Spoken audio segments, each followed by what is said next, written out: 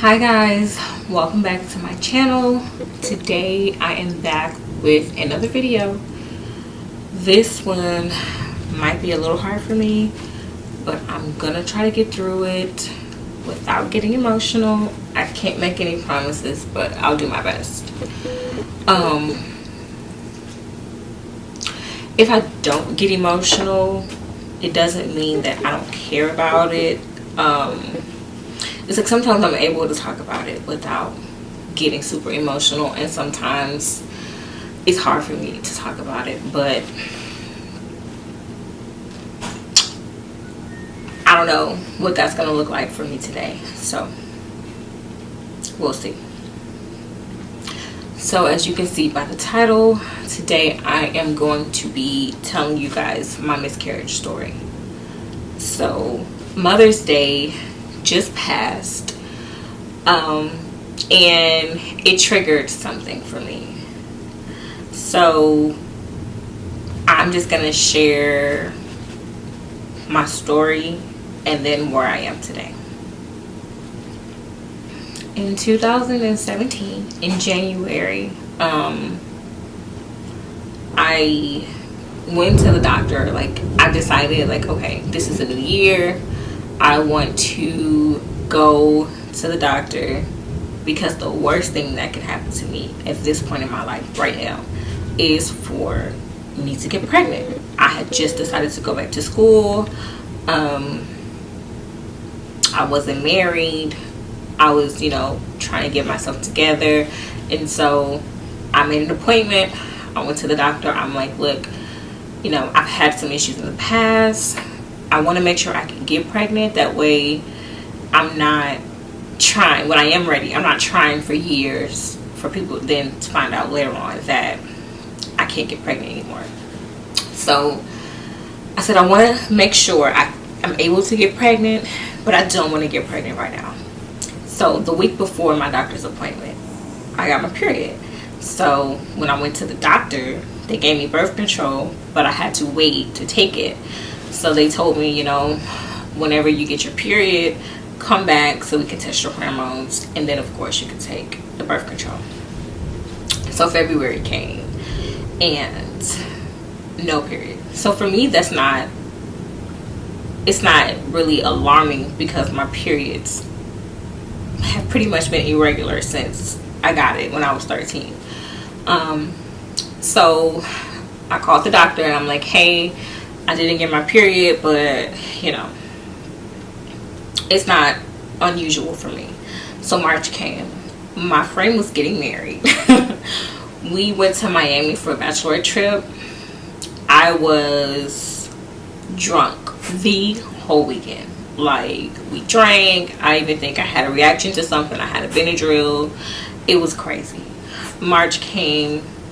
My period never came. So they was like, hey, if your period doesn't come in March, we'll just give you the medicine to make your period come. So I was like, cool. So March went by, no period. So then April came, and it was the beginning of April. I called the doctor and I'm like, okay, so I haven't gotten my period, but I know that it's coming because I had all the symptoms. My face was breaking out. My boobs were like super sore, and then I thought the only thing is that I've been cramping.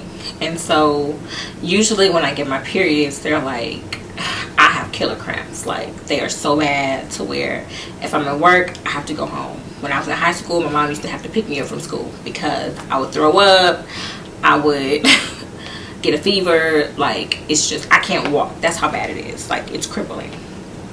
So okay, so I said, I'm just cramping, but I would take medicine because I'm like, okay, if my cramps are coming, I need to prepare for them. So I would just take a Tylenol or something, and my period would never come. So the nurse, she was just like, it's okay, I'm just going to call you in a prescription, take the medicine, and then come in. And so I was like, okay, that's fine. So she's like, well, make sure you get a pregnancy test while you're at the drugstore, because we can't give you this medicine without taking a pregnancy test first. And I'm like, well, I know that I'm not pregnant, so it's fine. And she's like, no, I can't give you the prescription if you don't promise me that you will take a pregnancy test. So I'm like, okay, I'll take a pregnancy test.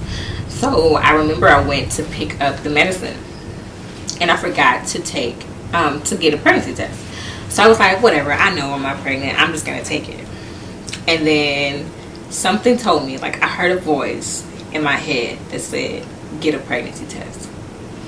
So I waited. The next day, on my way home from work, I stopped, I got a pregnancy test, and they told me to take it my first pee in the morning. So I was like, okay. So the next morning, I woke up before getting ready for work, and I was like, let me just take the pregnancy test. Like I was still half asleep. So I stumble to the bathroom, and I pee on a stick, and I'm still sitting on the toilet, and then I see like 2 lines, and I'm like I think I had like one eye open. I was like, no way. So it was like 6 o'clock in the morning, and I'm like trying to call my friends, like, oh my god, I just took a pregnancy test.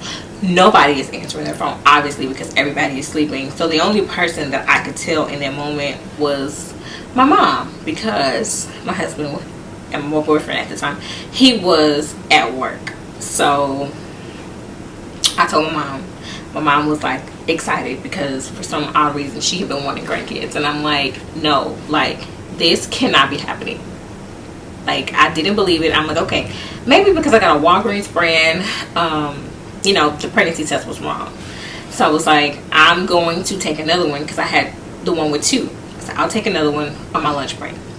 So on my way to work, I got ready. On my way to work, I called the doctor and I talked to the nurse, and I was like, hey, I took a test. It said I was pregnant. I don't think it was right because I got a cheap brand, so I'm just gonna take another one. She was just like, I mean, if it's the first pee in the morning, then I'm pretty sure it's accurate. She's like, look, just go to the lab today, we'll draw some blood, and then we'll know for sure. So I was like, okay. So I get to work, I'm drinking bottles of water, and I finally have to go. So I went to the restroom, I peed on the second stick, and it was positive. So I mean, at this point I had got in contact with a few people. One of my friends, she was like super excited. She was like, oh my god, I can't believe it, like yes. And I'm like, no, like this can't be happening. I said that, you know, this was the worst thing that could happen to me right now. I don't want to be pregnant. So after that, I went to the lab to get my blood drawn, and then my husband was getting off of work, and so I basically just told him, like, I was scared. I didn't know what he was gonna say, I didn't know how he was gonna react. And so I think at that point we were like 2.5 years into our relationship, and so it wasn't like we were fairly new, and so it was just like, you know, it is what it is. So I had to wait a whole 24 hours. And when I say it felt like the longest 24 hours ever, it literally felt like the longest 24 hours ever. I had to wait. The next day I was like calling the doctor's office, like right on my way to work before they even opened. And I'm like, do you have, I know you said it won't be back until like 1 or 2 in the evening, but please tell me you have the results because I'm going crazy. And so she's like, okay, let me check. So she looked and she was like, you're about 6 or 7 weeks pregnant. And I was like, oh my god, no way. Like I literally freaked out. So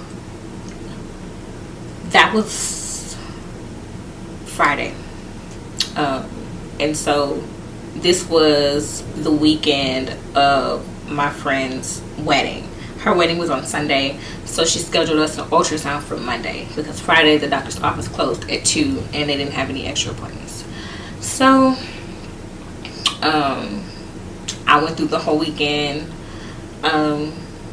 Monday came, you know, she's like, listen, it's okay, you know, you have options. I know that you didn't want this to happen right now, but we'll help you with whatever decision that you decide to make. So I think going in, she was thinking that I wanted to terminate the pregnancy.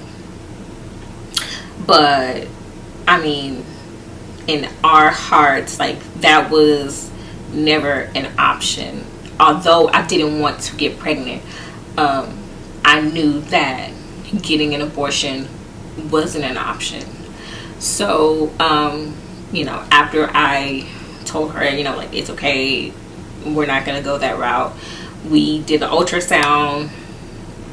She showed me the baby, the embryo, I guess you can say, and it was just kind of awkward. It was like really, I don't know, like unreal. So they explained to me that they no longer handle pregnancy, so they referred me to someone else. So I want to say I had to wait another week or 2 weeks before I went to the other doctor. And so I had my first initial days in the appointment. She was like, let me know. This is the nurse when I refer to she said, let me know if you don't like him, and I'll find you somebody else. And so for a minute there, I'm like, why wouldn't I like him? But I never thought too much in it. I was just like, whatever. So we go to the doctor's office, and everything seemed fine. It was my first time meeting him, and everything seemed great. So he scheduled an ultrasound. I want to say it was either 2 or 3 weeks later. No, so this was, it was about 3 weeks later, or almost a month later. So I think we are at like May 2nd now when I go back for an ultrasound at the new doctor's office. So I mean, during those weeks, I had so many symptoms. So I never had morning sickness. I was craving food like crazy. I mean, I think the most thing I craved for was seafood and fried calamari. Don't know why. I wanted fried calamari every single day. Don't know why, but that's what I wanted. So, and then I was really tired, and then I would also get these headaches, like so bad to where my vision was blurred. Like, I used to get really bad headaches. So as the weeks had gone by, I had time to really like sit with the pregnancy, come to terms with it, accept it, and start to get used to it. I used to call the baby my little peanut, because I'm like, okay, little peanut, we're gonna eat now, because I was always hungry or I'm craving things or whatever. So I started preparing myself for motherhood. I'm like, okay, so at that time we weren't living together. We decided that it would be best for us to move in together. Both of us were still living with our parents at the time, and so we knew that we wanted to raise our baby together. So we decided to move in together. I'm like, I really want to make sure that I heal myself. I was thinking about mentally and emotionally. Like, I want to make sure that I am healed, that I don't have any baggage that I spill onto my kid. Like, I want to make sure I'm the best version of me before I bring this life into this world. So I started doing a lot of self-reflection, a lot of self-healing. And so when we went in for the ultrasound, we go in, they took my weight, I took a pregnancy test, and then so when I saw the ultrasound tech, everything seemed a little weird. And honestly, I don't know why I never caught on to anything, but she was just talking. We had to do the vaginal ultrasound, and we never heard a heartbeat. And it never clicked to me that we never heard a heartbeat. It never clicked to me. So, you know, she was just asking me questions like, oh, when do you have to see the doctor next? And stuff like that. Did you ever take birth control? And just asking me random questions. And so I'm like, no, everything's fine. And she's like, okay, well, you can wait for the doctor. Mind you, I did not have an appointment to see the doctor that day. My appointment was 2 weeks later to see the doctor. I was just supposed to be getting an ultrasound. So they asked me to wait in a room, and I can tell that something was wrong. So I'm like, is something wrong? And they were like, oh no, the doctor's just gonna come in and talk to you. And so I was like, okay. So we're sitting there for like an hour. I'm getting hungry. My head is about to start hurting. So I'm like, hey, I did bring food. Can you go to the car and get my food so that I can at least eat before, you know, my headache start to come back. So my husband went down to the car. And when he came back, before he came back, the doctor had come in. And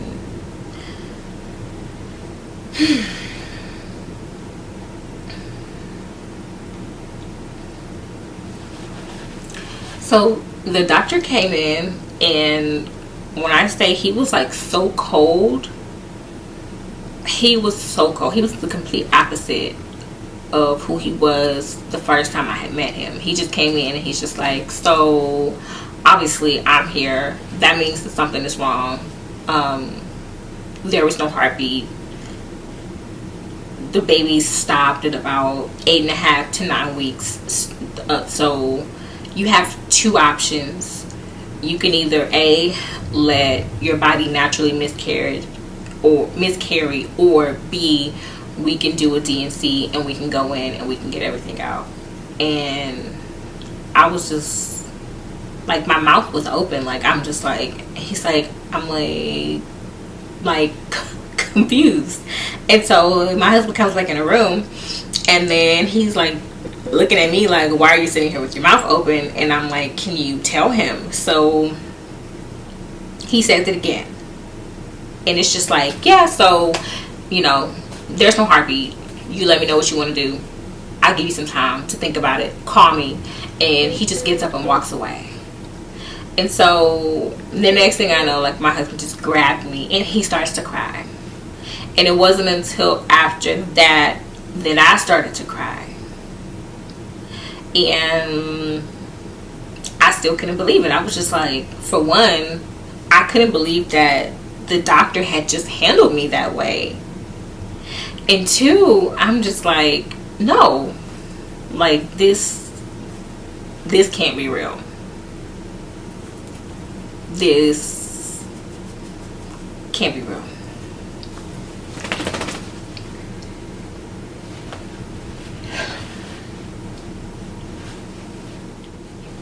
So I was in shock, and I was in disbelief that the doctor had just, you know, handled me that way. He was so cold. Like, I had questions. I really didn't get any answers. It wasn't like a, you know, I'm so sorry this happened to you. It was,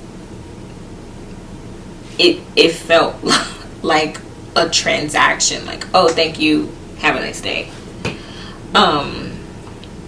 And so the crazy thing was that I want to say a couple days before my miscarriage, I had a dream that I had an ultrasound and nothing was there. Like, nothing. There were no baby, there was nothing there. It was an empty uterus. And so after we left, you know, I cried. We obviously called our parents. I called my job to tell them that, you know, I wasn't going to be coming in, obviously, because I was just so emotional. So I went home. I went to sleep. And I was still in disbelief. Like, I just couldn't believe it. I went to sleep, and then I had a dream. I remember having a dream that I went back to the doctor and there was a baby.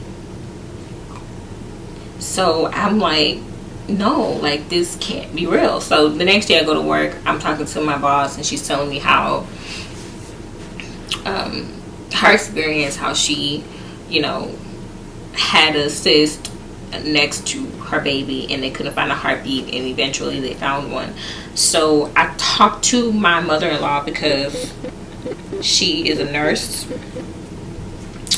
and basically was asking her the difference between the surgery and the surgery and letting my body naturally miscarry, and you know, like what to expect with both. And I asked her what would she recommend, and she said I would go ahead and do the surgery because miscarrying on your own, it could be very painful, it could be very scary, like it's very traumatizing. And so I called the doctor's office the day after I had, you know, found out about the miscarriage, and I told them, okay, I want to move forward with having the surgery. So they scheduled me for the next day, and I told them, like, I want to get another ultrasound before we do so. So I remember the morning of, they told me to come, you know, to the doctor's office instead of going to the hospital. So I went to the doctor's office. I remember sitting there in the waiting room praying so hard.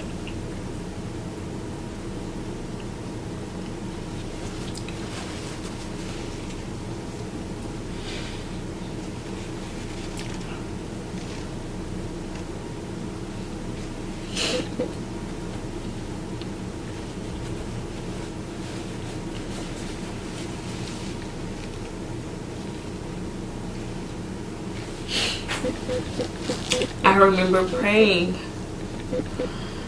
so hard that when we go into this room, you know, they're gonna find a heartbeat and then there will be a miracle. And we go get the ultrasound, and the doctor himself is the one that did it. And he laid me down, you know, he did the vaginal ultrasound. He's like, look, there's no heartbeat.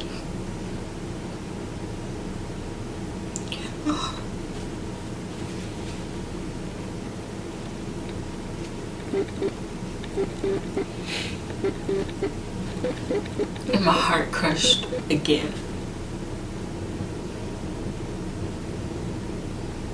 And so I said, okay.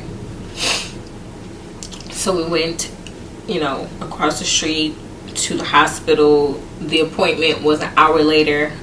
So pause on the story really quickly, but we didn't really tell a lot of people that we were pregnant to begin with. I know that I told my mom, I told a few of my really close friends, and he did the same, because I just wanted to simply wait until after the first trimester. Like, my mom was so excited, and I would tell her, like, please just don't tell anybody, like, respect that and don't tell anybody until afterward. I don't know, I just had a feeling that I didn't want to tell a lot of people.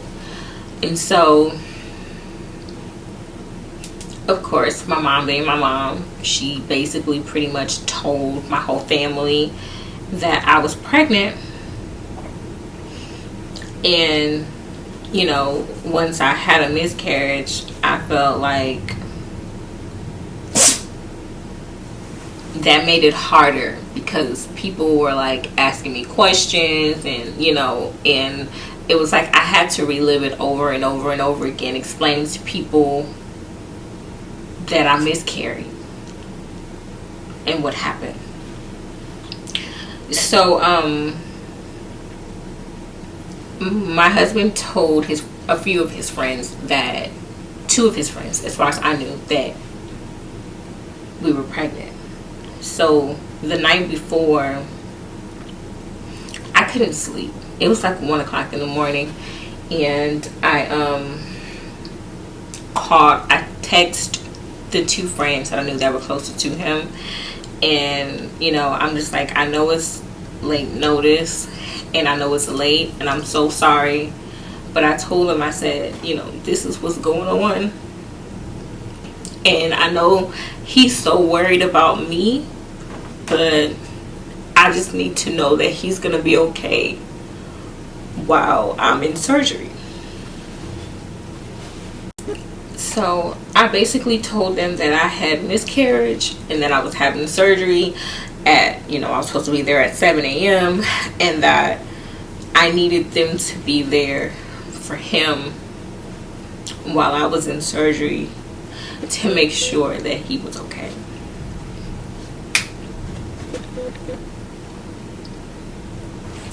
And so they both said, I'm there. You don't have to say anything else. I'm so sorry. We'll be there. I never told him that I contacted his friends. So after we had the ultrasound, we went to the hospital and they showed up, and I felt better because I just didn't want him to be, sitting in the waiting room by himself worrying about me.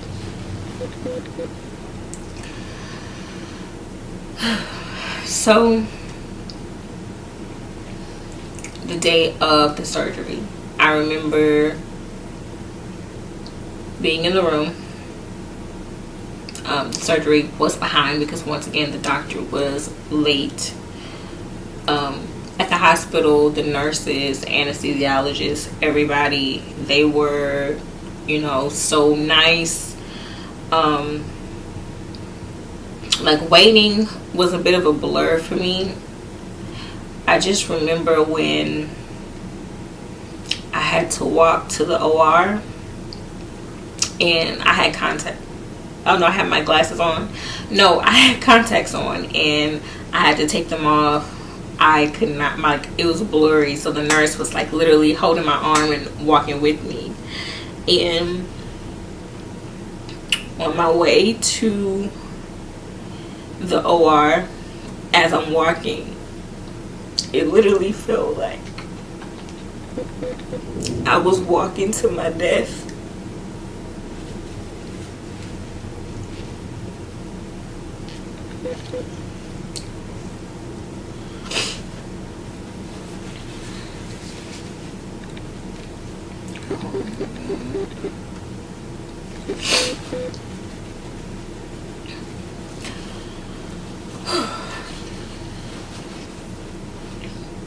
So,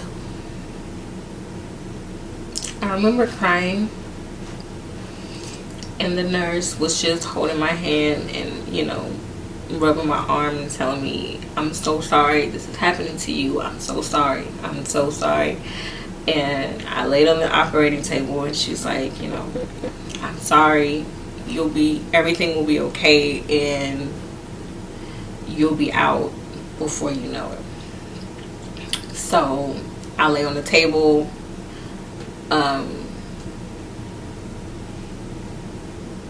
And I just remember waking up, being in the recovery room. I was in a little pain. They gave me medicine. The doctor left immediately after. They were trying to find him. They called him. He ended up cursing out the nurses. He didn't tell them my blood type or anything. Like, they couldn't discharge me without his orders, and he wasn't there. He didn't give me any medicine. He didn't say anything. I didn't see him at all after I had the surgery, like, at all.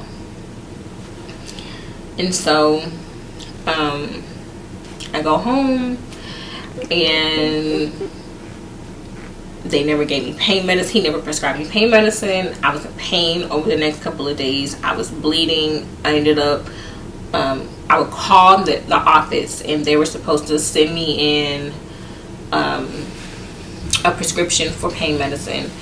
That was on Friday, before the office closed. It closed early, of course. I waited.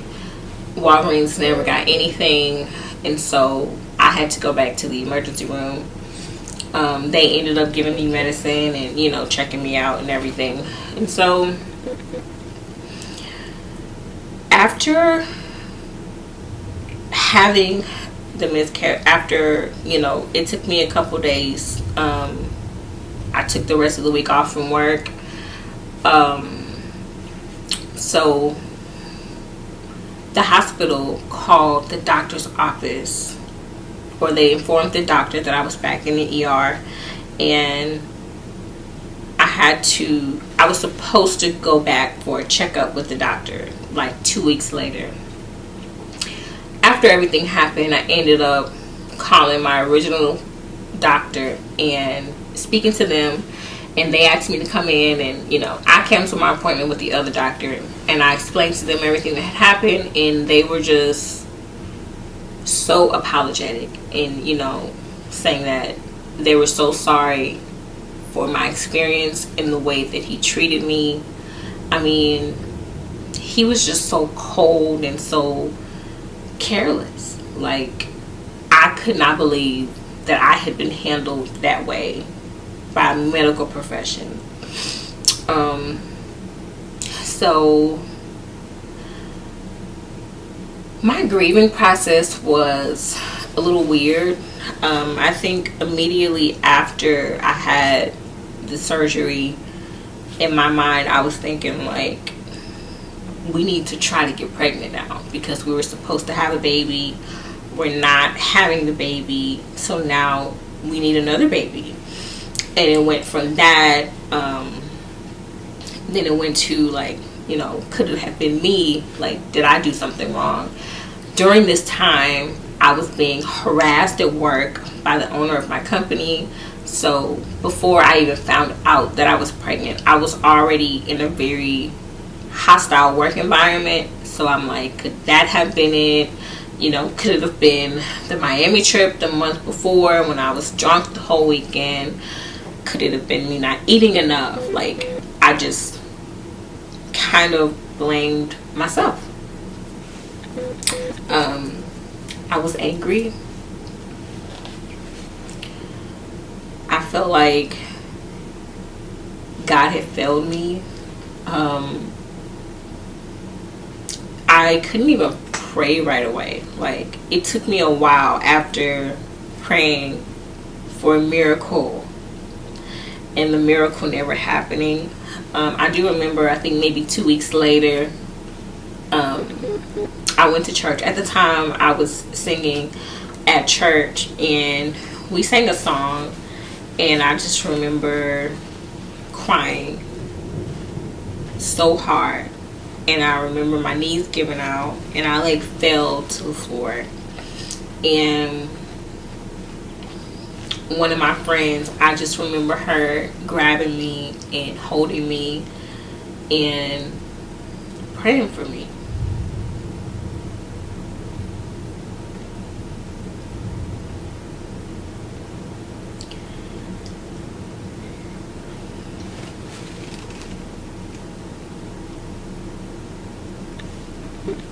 And so after that, one of the associate pastors, she had came to me and basically said that God told me to tell you that he will do it again. Everything that you lost, he'll give it back to you. And I think in that moment, I felt a weight lift off of me. So I think my grieving process was so up and down. I felt uncomfortable, like, in my own skin. Afterwards, I started gaining weight. I felt like I was at war with my body. Like, I didn't want to be intimate at all. I didn't want to look at myself in the mirror. Like, it was a process. So fast forward 3 years later, I will be 30 soon, and, you know, my husband and I have talked, and I told him, like, I'll be open to, you know, trying for a baby after 30. And even though time has passed, I don't think that pain ever goes away. I do think that it gets a little easier as time passed by. Like I said, Mother's Day just passed a couple days ago, and you know, my cousin and I, we made a nice brunch for our mothers. You know, we went to my mother-in-law and we, you know, did a whole crab leg and everything for her. And I think, like, at the end of the night, I just felt sad. It's like, you do things for other people, you give them gifts, you tell them Happy Mother's Day, and they're like, oh, thank you. But everybody forgets. But your body never forgets. And so I was talking to my therapist the other day, and I told her about Mother's Day, and she asked me, like, what did you do to honor yourself? And I said, nothing. And she's like, even though your pregnancy ended and you don't have a baby, you're still a mother. And that was the first time that I think I've ever heard those words before. And it made me feel sadder than what I already felt. And so she told me, you know, that you should honor yourself, and that you should do something, you and your husband should do something, you know, the month of. And the crazy thing was that my miscarriage was literally the week before Mother's Day 3 years ago. So I think around this time every year I do feel, you know, a little moody or a little snappy or whatever, because I do believe that your body never forgets. You know, your mind will try to push it away, but it's still there. And so I think talking about it is good. I just pray that me sharing my story will give someone else comfort and someone else hope, and knowing that although I can't see it today, one day the clouds will go away and I'll be okay. I think that could have been one of the hardest times in my life, and that was something that I felt like I wasn't gonna make it through. And here I am 3 years later, and it doesn't hurt as bad. I mean, it's still there, it still happened, but I survived it. I just want to encourage every mother, every woman who has suffered from a miscarriage or an infant loss or a child loss, or if you are trying and you can't get pregnant, like, you're not alone. And although you can't see it today, things will get better. So I just want to encourage you today that if this is something that you've experienced, trust God, trust His plan. Although it's hard, it won't last always.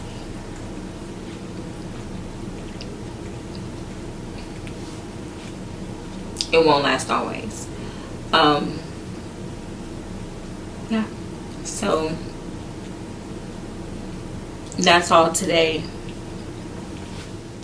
I had a miscarriage. It was heartbreaking. I'm scared, but I'm also excited and looking forward to one day having my own children or trying to get pregnant again.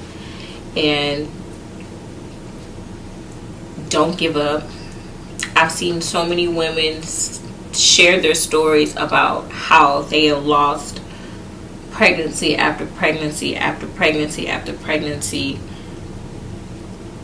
and then they end up having a successful pregnancy.